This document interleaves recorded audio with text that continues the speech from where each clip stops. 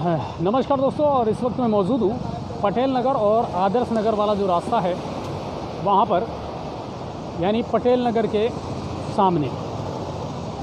अमूमन सब जगह वही हालात, और यहाँ भी कुछ नया नज़र नहीं आया, बल्कि वही हालात नज़र आए।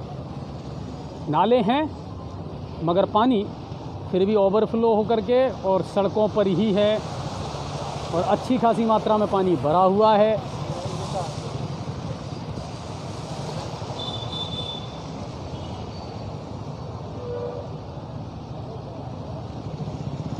यही सूरत हाल है यहाँ भी, जो अमूमन इस समय पूरे गंगापुर में देखने को मिल रहा है। और यहाँ भी आप आगे तक जाएंगे ना कॉलेज रोड की तरफ, तो हर थोड़ी थोड़ी दूरी पर आपको उतना ही पानी सड़कों पर देखने को मिलेगा। और ये तो बहुत हल्की बारिश है आज की।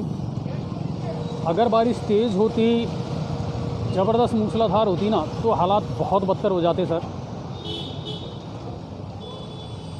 नालों की जो कंडीशन है वो भी मैं आपको यहाँ दिखा देता हूँ। यहाँ भी दोनों तरफ नाले तो हैं, लेकिन एक तरफ का नाला जो है वो तो लगभग अतिक्रमण की भेंट चढ़ गया, और दूसरा तरफ का जो नाला है उसकी ज़रूर सफाई की है। अब वो कितना ओवरफ्लो है ये आपको नज़र आ रहा है।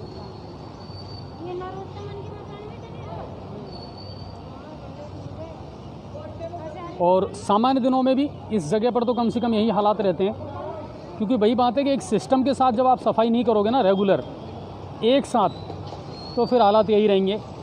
जब मैंने आपको लाइव दिखाया था रात को, तो तुलारा मैरिज होम के यहाँ से थोड़ी सी सफाई कर दी, उसके बाद फिर आदर्श नगर के यहाँ से थोड़ी सी सफाई कर दी, फिर थोड़ा सा आगे चल कर के सफाई कर दी, और बीच में जो कचरा फंसा हुआ था वो वैसे के वैसे ही रह गया।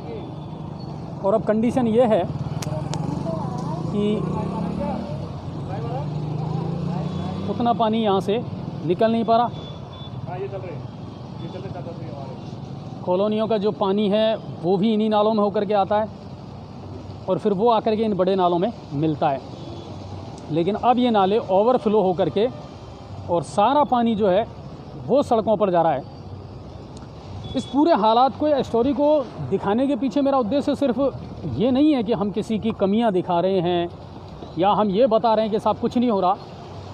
हम सिर्फ वो दिखाने का प्रयास आपको कर रहे हैं कि अगर सिस्टम के साथ में, प्लानिंग के साथ में कोई काम किया जाता, तो आज बरसों से ये जो समस्या चल रही है ना, इसका कुछ तो समाधान कम से कम निकलता।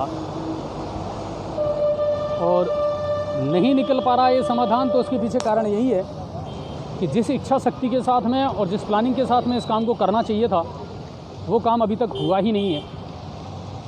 और जल भराव शहर की सबसे बड़ी समस्या है, इसका कोई समाधान नहीं निकल पा रहा है। बड़े बड़े वादे कर लिए, बड़े बड़े दावे कर दिए हर जनप्रतिनिधि ने।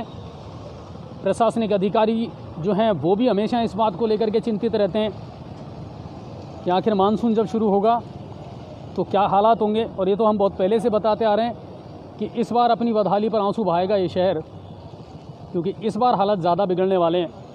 मुख्य सड़कों पर शायद उतना नज़र ना आए, लेकिन कॉलोनियों में, वार्ड में जाकर के जब आप देखोगे ना, और जिन वार्डों में सीवरेज का काम या अमृत योजना का काम हो चुका है, उनकी हालत ज़्यादा ख़राब है, क्योंकि वहाँ ना तो पेचवर्क ढंग से हो पाया है और ना ही सीवरेज का काम ढंग से हो पाया है। सीवरेज की जो कनेक्टिविटी है उसको लेकर के भी लगातार कंप्लेंट आती रहती है कि साहब चैम्बर ओवरफ्लो हो गए, टूट गए। ये हालात हैं। जब मॉनिटरिंग नहीं होगी, सही तरीके की प्लानिंग नहीं होगी, तो फिर यही हालात रहेंगे। चाहे आप करोड़ों रुपए का बजट लगा दें इसमें, उससे फ़र्क नहीं पड़ेगा। जनप्रतिनिधि कोई भी हो, उससे फ़र्क नहीं पड़ता। इम्पॉर्टेंट है आपकी इच्छा शक्ति, और इम्पॉर्टेंट ये है कि आप किस प्लानिंग के साथ में काम करते हैं। एक कार्य योजना बना करके अगर काम किया जाए तो इतना मुश्किल काम भी नहीं है कि हालात सुधरे ही ना। इस वक्त हम मौजूद हैं यस बैंक के सामने। चलिए आगे के हालात और फिर मैं आपको दिखाऊंगा।